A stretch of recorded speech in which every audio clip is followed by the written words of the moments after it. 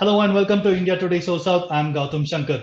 With the Lok Sabha elections done and dusted in the state of Tamil Nadu, there is a lot of political chit chat around what will be the future of Annamalai if the BJP does manage to win a few seats and is able to record a substantial gain in the vote share.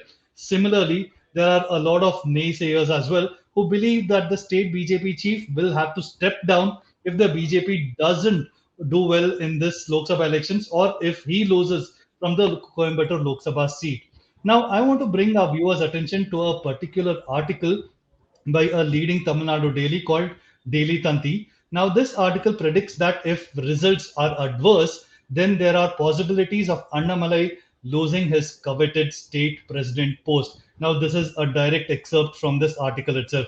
Now, is this true? Is Annamalai's position in danger if BJP doesn't make significant gains in the state that has so far been dominated by Dravidian politics? Now, to understand this and analyze as well, I'm joined in by senior political analyst from Tamil Nadu, S.S. Sriram.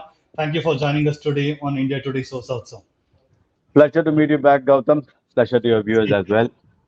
Thank you. So, first of all, S.S. Sriram, as you heard there, do you believe that if the BJP-led NDA alliance does not secure the expected vote share, the BJP High Command will replace Annamalai? Is Annamalai's position as state BJP chief under threat? What is your take on this?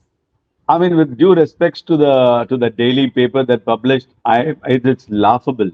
I'm quite surprised that the kind of vintage that this political or this daily paper carries, the kind of credibility this paper carries, to come up with such kind of statements. I'm quite shocked, is what I should say. I mean, there's no way that's going to happen. In fact, there is a bright spot for Mr. Annamalai, not just in Tamil Nadu. He's considered one of the future brains or future leader for the party pan India. He doesn't even just campaign only within Tamil Nadu. He has campaigned in Kerala, he has campaigned in Karnataka, now today he is campaigning in Maharashtra. So he is being projected as a pan India leader in the years to come. And for a daily to say that this gentleman, Mr. Annamalai, is going to be removed from the Tamil Nadu party president, believe me, it's quite shocking, or I wouldn't want to say whether it is done with intention. I really don't know. I mean, this is quite unacceptable. Here is a person, only because of him, the party in Tamil Nadu has gained such strong roots across the state, not just in some pockets. Across the states, there is gaining ground, it's gaining its roots, and it's going to see a huge surge in its vote percentage in the coming this 2024 elections. And they're looking forward to 2026. For someone to make a statement that Mr. Annamalai will be removed, they lack maturity or political understanding, is what I think. Right, but the fact is also that it's Daily Tanti. I'm not sure if they have any allegiance or whatever. But all right, that apart. Now, I want to take your attention to another part of this story. Now, it says that to develop his own influence, that is Annamalai, to develop his own influence, he compromised with the interest of the party and sought personal gain.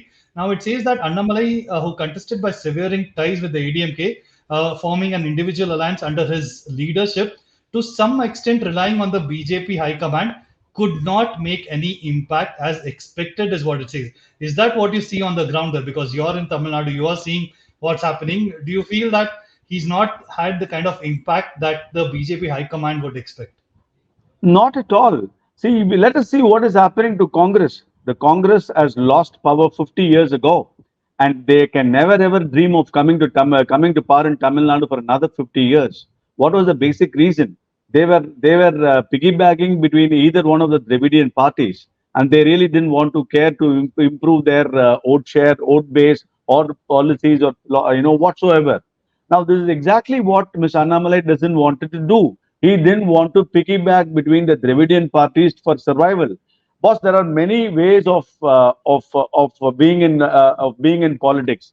You can be an S boss. You can just hang around. You can just say that I'm also a politician. Here is a guy who has taken a bloody stand and he has said, no, this is not the way forward in Tamil Nadu. We have to bring down both the Dravidian parties who are equally corrupt, and we have to, release the state of Tamil Nadu from both the Dravidian parties. And here I am coming, and I will give a clean government. People are accepting him. People across the party lines, believe me, have started looking at him very seriously. The kind of vote percentage that will come, you will definitely know that what are the kind of impact that this man has created in Tamil Nadu. So he is not taken an individual decision or a selfish decision. He has definitely taken the harder route for him in Tamil Nadu, for him to, by just going behind the ADMK, he could have got some seats. They could have, party could have got some seats. Party could have said, okay, he would have got some MP, or he's still going to get an MP. That's a different story altogether. But the rest of the people who think that this alliance is needed, there are some minds in BJP, is what I'm told. I hope they are not. But he has taken a hard route, he has taken the tougher route of establishing an alternate to the Dravidian parties in Tamil Nadu. I will not look at it as a selfish move. I would look at it as a very, very calculated, futuristic, and aspirational move taken by Ms. Annamalai is the way I look at it, Gautam. Right. So the split up with ADMK, more an aspirational move and a move that is keeping the future of BJP in mind is what you have to say. Now, a few exit poll surveys also have come out. Now in Telangana, the BJP, their own survey says that they would win 6 to 9 seats. Even in Kerala, they are optimistic of winning up to 3 seats. Now, there's no real survey that have come out in the state of Tamil Nadu that has been done by the BJP, but there is a BJP insider who says that exit poll surveys in a few constituencies, the India alliance has a good chance of securing second place, but is unlikely to win any seats. Now, by what you have observed on the ground, do you see the BJP actually being able to make inroads in Tamil Nadu, not just in terms of vote share, but actually capturing a few seats? Because that would be a big testament to the leadership of Annamalai, wouldn't it? See, all of us can go wrong in these predictions, first of all. Yeah. But going by what has happened in terms of his campaign, in terms of people coming to Annamalai's speeches across the state, are people who came on their own, people who spent money on their own to come and listen to what he talks. And unlike, they were all not gathered by what the Dravidian parties normally do. So going by the interest on those visuals that we saw across the state, I see there is a reason for us to pick up some good, at least in my opinion. I've always been consistent on my number. I might be wrong, or I might be proved wrong otherwise as well. I think we are looking at about 3 seats is what I think BJP will definitely, get from Tamil Nadu. Is I mean, more Coimbatore the one of merrier, the 3 seats? 100%, more the merrier. But let people of Tamil Nadu prove the BJP wrong by saying here is no 3, take 5 or 6 or 7. I'll be happier. But be rest assured, vote percentage is about 22 to 25% is for sure. I wouldn't be surprised we touch 25%. Now that 25% is the key for 2026. That is exactly the route. And in fact, at least in Tamil Nadu, though we were fighting a parliamentary election, but at the back of the mind, both the central leadership and the state leadership or probably were planning their ground for 2026 is what is my understanding, or at least that's what I probably think. So All right. I'm sure whatever gain that comes during the way in 2024, thanks, more the merrier. But the actual objective is 2026 is what I see, Gautam. All right. So, with that in mind, do you feel that the split up with the ADMK that happened, would that have benefited the BJP? Would their vote share have been better than the 22 to 26% that you're predicting? Would it have been around 35, and would it actually help them win a lot more seats? Or is the split up actually beneficial for the BJP this time? See, the idea is let's be in a situation where if the number of MPs do matter in a pan-India situation where Tamil Nadu makes matters, then I agree that okay, we will have to probably look at a different calculation. Without Tamil Nadu, be with or without Tamil Nadu, NDA is very much comfortably positioned in coming back to power at the center. So it only makes sense for us to prepare our ground futuristic. So for that, one has to take a bitter pill today for a brighter tomorrow. So that is what I look at it. That is what the probably the logical thinking of Mr. Annamalai as far as Tamil Nadu is concerned. I'm sure the answer will be right for him and to the people who are very skeptical about this move and to the rest of the high command as well is my sense, Gautam. All right. Now, switching from Annamalai a little bit, I just want to bring your attention to ADMK as well. Mm, What about the prospects of ADMK? Because if the party loses badly in this Lok Sabha elections, which is the first election for Edapadi Palaniswamy as the party general secretary, do you feel his leadership will face stiff opposition? Because the question might arise among the cadres as how they will face the 2026 assembly elections. So, do you feel it's mm. a bigger threat for him? Honestly, yes. I think today Mr. Edapadi is in a situation where the operation is success, but the patient is dead. So Hmm. while he could have probably caught the party, he could have become the general secretary, all that, but he's not going to bring the party back to power unless he has the complete strength of the party. So I'm sure he will be forced, or the other party, other members will be forced to consolidate the party. Bring all the fragile or the fractured the political team within the party to bring them under one umbrella for them to fight 2026. They will feel the necessity of an alliance with BJP on 2026. And that time, I'm sure, with all humility, will not be under their terms. It will be definitely on mutual terms of BJP and ADMK if at all they want to align with BJP. So ADMK is definitely that the roads ahead are going to be very tough, and Hmm. it's not going to be easy unless they all get together, join together.